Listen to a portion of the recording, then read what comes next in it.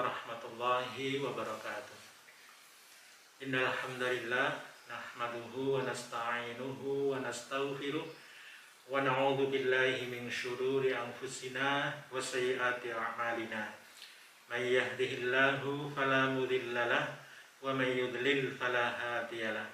Asyhadu an la ilaha illallah wahdahu la syarikalah wa asyhadu anna Muhammadan 'abduhu wa rasuluh. Allahumma salli wa sallim wa barik ala nabiyyina Muhammadin wa ala alihi wa ashabihi ajma'in. Amma ba'du, saudara-saudaraku, kita bersyukur kepada Allah pada kesempatan kali ini kita masih diberikan kesempatan oleh Allah untuk berbagi di dalam bulan yang mulia ini. Semoga apa yang kita lakukan dalam bulan yang mulia ini mendapat ridha Allah Subhanahu wa taala. Pada kesempatan kali ini kami akan menyampaikan atau menjawab dari sebuah pertanyaan, bagaimana hukumnya memakai kalung vaksin untuk menolak virus. Saudara-saudara, pertanyaan serupa sebenarnya sudah pernah ditayangkan ke Majelis Tarjih Pimpinan Pusat Muhammadiyah dan sudah dijawab melalui fatwa tarjih yang tertuang dalam majalah Suara Muhammadiyah nomor 22 tahun 2009.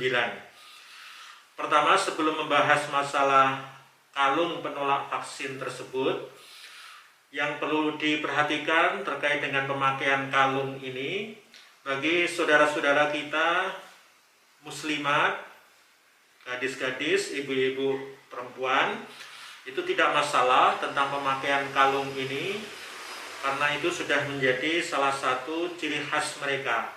Tetapi bila kalung ini dipakai oleh kaum pria, maka yang harus diperhatikan adalah sabda Rasulullah yang tertuang dalam hadis yang diriwayatkan oleh Imam Al-Bukhari nomor hadis 5435. Rasulullah disampaikan dalam hadis tersebut, la'ana Rasulullah sallallahu alaihi wasallam al-mutasyabbihina minar rijal bin nisa wal mutasyabbihati minan nisa'i bir rijal. Rasulullah sallallahu alaihi wasallam melaknat laki-laki yang menyerupakan dirinya sebagai wanita. Demikian juga Rasulullah melaknat wanita yang menyerupakan dirinya seperti laki-laki. Itu yang pertama. Adapun karena ini adalah bukan kalung sembarangan, maka berlaku kaidah yang disebutkan dalam surat Al-Baqarah, famaniturra ghairu baghin wala 'adin fala itsma 'alaihi. Dalam keadaan terpaksa, dalam keadaan darurat, maka tidak ada masalah kita kalau melakukan hal-hal yang dilarang oleh syariat. Yang kemudian hal ini dituangkan dalam kaidah usuliyah, al-daruratu tubihul mahdzurat. Keadaan darurat itu membolehkan hal-hal yang dilarang. Dalam kesimpulannya, Majelis Tarjih pada Suara Muhammadiyah tahun 2009 nomor 22 tersebut, yang pertama kali yang harus diperhatikan adalah harus ada kepastian bahwa sudah ada penelitian secara ilmiah dan sudah terbukti bahwa memang kalung tersebut ada manfaatnya untuk menolak virus. Adapun bila belum ada penelitian ilmiah dan belum terbukti bahwa kalung tersebut manfaatnya seperti itu, maka hendaknya dihindari karena hal itu merupakan perbuatan sia-sia belaka. Itu yang pertama.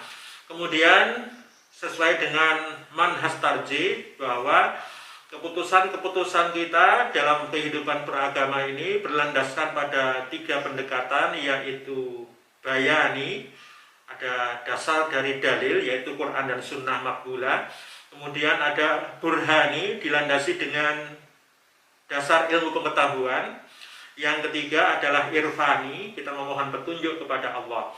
Jadi prinsipnya sekiranya kalung itu sudah terbukti secara ilmiah dan terbukti secara empirik bahwa dia punya manfaat untuk menolak virus, maka tidak masalah menggunakan kalung itu, baik dari kalangan laki-laki maupun kalangan perempuan.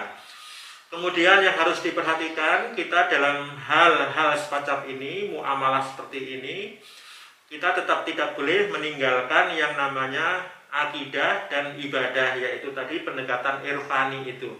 Jadi jika terbukti di kemudian hari memang kalung ini ada manfaatnya dapat menolak virus, maka tetap harus diyakini yang menyembuhkan itu dan yang menolak virus itu bukan kalung tersebut, tetapi kesembuhan dan keselamatan itu semuanya, tertolaknya virus itu adalah semata-mata karena kekuasaan Allah Subhanahu wa taala. Adapun kalung atau pengobatan atau obat atau yang macam-macamnya itu hanyalah sebagai sarana. Kemudian yang kedua kalinya, bahwa kita tidak boleh mengandalkan kepada ikhtiar pengobatan ini. Katakanlah pemakaian kalung ini sebagai salah satu bentuk ikhtiar. Jadi tidak boleh kita mengandalkan kepada pengobatan ini, harus diiringi pula dengan doa kepada Allah, sebagaimana yang sudah Nabi ajarkan redaksi-redaksinya. Kalau sekiranya belum bisa pakai redaksi yang diajarkan oleh Rasulullah, boleh juga pakai redaksi yang lain atau bahkan pakai bahasa yang lain yang selain bahasa Arab. Adapun kalau mau mengikuti yang sudah diajarkan Rasulullah, doanya adalah Allahumma rabban nas adhibil ba'sa isfi antas syafi la shifa illa shifauka shifaan la yughadiru saqaman. Kemudian, ma'asyiral muslimin, saudara-saudara yang berbahagia, harus pula diperhatikan prinsip-prinsip yang lain dalam beragama ini, yaitu yang disebutkan di dalam surat Al-An'am ayat 141, firman Allah, "Wala tusrifu innahu la yuhibbul musrifin." Janganlah kalian berbuat berlebih-lebihan, sesungguhnya Allah tidak menyukai perbuatan berlebih-lebihan. Ma'asyiral muslimin, saudara-saudaraku, sekiranya kalau misalkan kalung penolak virus ini tadi sudah sebagaimana yang disampaikan di muka, terbukti kebenarannya secara ilmiah dia dapat menolak virus dan sudah terbukti secara empirik bahwa ada hasilnya, tapi sekiranya kalung itu harganya sangat mahal dan tidak terjangkau oleh kemampuan kita, maka kita berpegang pada ayat 141 surat Al-An'am tersebut. Hendaknya kita menghindari hal-hal yang seperti itu. Sekiranya masih ada cara-cara lain untuk menolak atau menghindari virus tersebut yang lebih murah dan lebih sederhana, lebih mudah, maka kita pilih dengan cara yang lebih murah, lebih sederhana, dan lebih mudah kita lakukan. Karena di dalam beragama ini juga berlaku prinsip yassiru wala tu'assiru, permudahlah dan jangan kamu persusah. Kami kira itu sebagai jawaban terhadap pertanyaan yang diajukan di muka. Mohon maaf ada kesalahan, kekhilafan. Kebenaran datangnya dari Allah. Wallahu a'lam bishawab. Nasrul minallah wa fathun qarib. Wassalamualaikum warahmatullahi wabarakatuh.